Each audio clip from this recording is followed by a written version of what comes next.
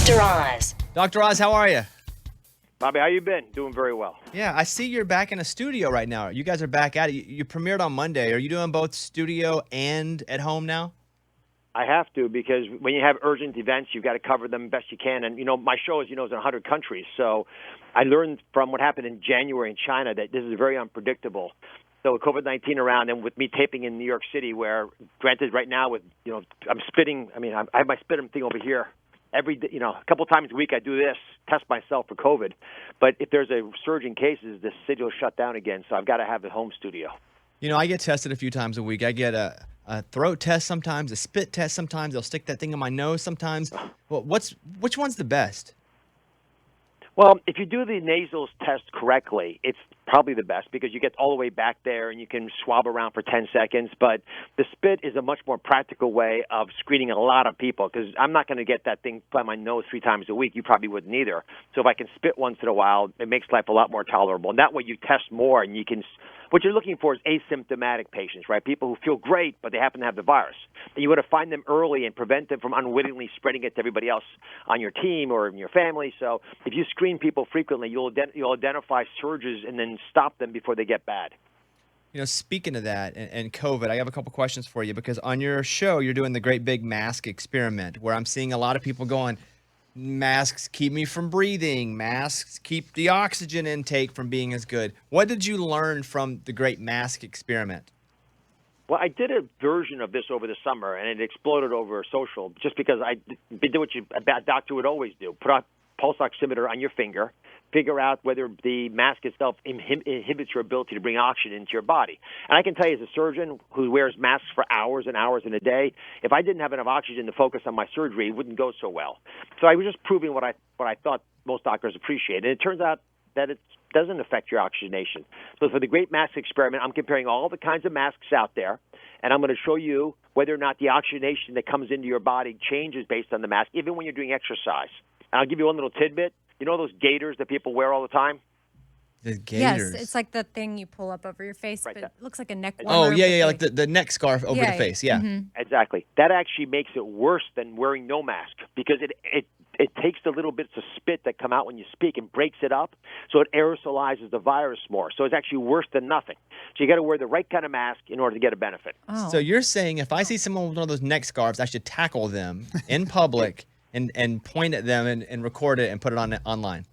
Well, I know your WWF reputation, Bobby. I can see that deep inside you already, raging furnace. Dr. Oz is on with us. The show is back. They've been back all week. You had Surgeon General Jerome Adams on the show, as have we, and I love talking with the guy.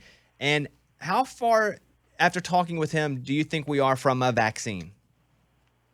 Well, I had both him and I had the testing czar, who's Admiral Giroir, on. Because I like having the White House task force. They have insights that we just don't get from the outside world. And they both sort of feel the same way, which is by the end of October, early November, we'll know if these vaccines are working. One of the vaccines I found out is going to finish its enrollment of 30,000 people this week, probably. So that means that now they just got to wait. Everyone's been injected. Half got, or whatever, a percentage of them got the placebo, got nothing, a fake vaccine, and a bunch of them got the real vaccine. And we're going to see there's a difference between the two groups in complications, but also in reducing the chance of getting infected. And within 2 months, we're going to know if it's effective. And if it is, we'll quickly gear up and start giving it. But Bobby, I don't know if you know this, but the Chinese acknowledged over the weekend that they've actually given hundreds of thousands of their first-line health workers their vaccine. That's how confident they already are in it. So it's going to start taking over the world. Different countries getting vaccinated at different rates, but it's coming to the town near you pretty quickly. Okay, just a couple more coronavirus questions as we have Dr. Oz on right now. Our producer, Eddie, got coronavirus back in July. The doctor told him he would potentially have the antibodies until the end of October. So if you have the antibodies, are you basically Superman to coronavirus? We don't still know. We don't know whether it just reduces how bad a recurrent infection is or if it truly protects you. My guess, as a doctor, I've studied immunology like all the other doctors out there, is that you're protected, that you cannot get it again, with rare exceptions. But there are at least 3 people that we know of who have gotten reinfected with a different, they had the original COVID-19, they got a different version of the virus later on. But I don't know how many months that's going to take. Obviously, with tens of millions of people getting exposed to the virus. It's going to happen in some cases. It's just going to be uncommon. But I do believe the antibodies will wear off pretty quickly, but you may be still protected by your T cells, which are the immune cells your body has. And the Germans and the Swedes believe that up to a third of their population is already protected because they had prior common colds. And the common cold is often caused by a different coronavirus, a relative of the COVID-19. So it might be that a lot of us are protected without even realizing it because we had the common cold last year. Wow. All right, Dr. Oz is on. I want to ask a couple questions that aren't corona-related. First of all, we were talking about a woman who didn't know she had twins. They saw one baby, and then they pulled the baby out, and then there was another baby in there. And I know that, you're a heart specialist, but do you know anything? Like, what would you say it's more odd to have some woman who doesn't know she's having a baby, who's like, holy crap, I just had a baby, or a twin being hidden in there? Well, if you're having ultrasounds done, which many women do, you're going to know if there are two babies in there. They're going to see two hearts, you're going to 4 kidneys, etc. But in the old days, before everyone got ultrasounded all the time, it was pretty common that you'd have the first baby come out, and the doctor would realize that there was something wrong, and then look around, there'd be another leg coming up at him. And so it's more difficult to deliver twins. You want to know it ahead of time. But for most of human history, it was there are stories, there are fables told about how one twin grabbed the other twin's foot and came out with them. I mean, it was how babies who were twins were born. Well, what about women who have these babies that don't even know they're pregnant? Like, what is that about?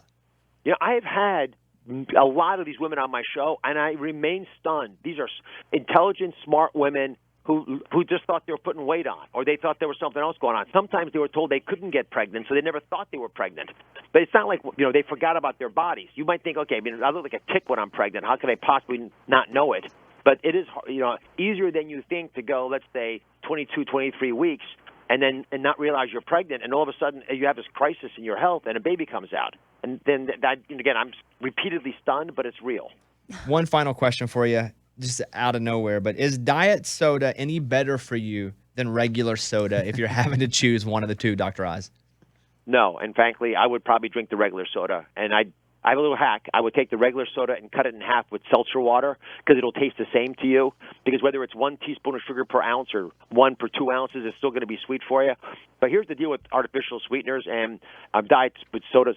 First of all, they're not really diet sodas. There's never been a study showing that they're diet, that they actually help you lose weight. That's why it's a great marketing ploy to call them diet soda. But when you look at the data, people who drink diet sodas do not lose weight. They, in fact, quite the opposite. They develop chronic inflammatory conditions more often. Now, we don't know why. It might be because they're drinking diet sodas because they're already having issues. But it's also possible that diet sodas, which, sweetened with stuff that's hundreds of times sweeter than sugar, tries to trick your brain. And, Bobby, there's one thing you can't do is trick your brain. So your brain knows that sugar is not real, but it tastes sweet. So it says, go back and go get some real sugar in your body. And so it reminds you to go get sugary, sweety things, which is what often happens. So just have the regular sugar, but in moderation. Listen, I have a cup of tea here, right? Cup of tea, you might put half a teaspoon, maybe a full teaspoon of sugar. That's 16 calories. That's not why you're overweight. Yeah, there are other reasons. There's good stuff. Yeah. All right, Dr. Oz is on. Listen, season 12 of the Dr. Oz Show premiered this past Monday. They are back at work taping in the studio. Their staff is working both at the studio and remotely. And what's really cool is Dr. Oz also has a state-of-the-art studio in his house where he can film and react to breaking news any day. Like he said, he's on in 100 countries. Dr. Oz, you come on, you never don't have the right answer because I'll get off this and fact check sometimes. And he's always right. He's always right. Well, Bobby, can I bend your ear for 1 second because I know you care about this issue? Go ahead. A big theme for the show this year are health disparities, and I'm going to really buckle down on the problem that we're having with African Americans and Latinos getting access to care, and we just see it with COVID-19 where they're twice the chance of having major complications. But you may not realize this, but one of my staffers told me this, and then a guest said this, and I was stunned, that the way African American men see criminal justice is how African American women see the healthcare system. We've got a major gap. We can do better, and I think this is a way for us to get at some of these racial issues without a lot of the angst and anger that surrounds criminal justice. So I'm going to be focused on it, and I think we have a great opportunity to show a path forward to make healthcare work more efficiently and more fairly for everybody. Love it. Let me bring up one other thing while I'm thinking about it. Next week, I believe you have Dr. Pimple Popper on, which Amy's obsessed with. I can't take it. But what's the big takeaway from working with someone who has made a living off of popping pimples? If you do it right, you can pop a pimple and get away with it. The biggest mistake people make is they take five-finger approaches. They squeeze that pimple, and they damage all the tissue around it. So you're hurting all the good guys in an effort to get rid of the pus. And I'll share a little secret with you. There's a way for you to pop pimples that doctors do. They never recommend it publicly, but we do it with just very gently nicking the top of that pimple that lets it come out without macerating or destroying the tissue around it. I'm going to show you a little tactic on the show when she comes out. You'll enjoy it. Pimple Popper, she's great. I won't enjoy. I will. But Amy will. So many people do enjoy. I can't take that, Dr. Oz. It grosses me out. All right, there he is, our guy, Dr. Oz. Follow him on Instagram as well, Dr._Oz. Dr. Oz, good to talk to you. Hopefully we'll talk to you again soon. Good luck. God bless you, my friend. Take care, everybody. Bye-bye. It's a Bobby Bones Show.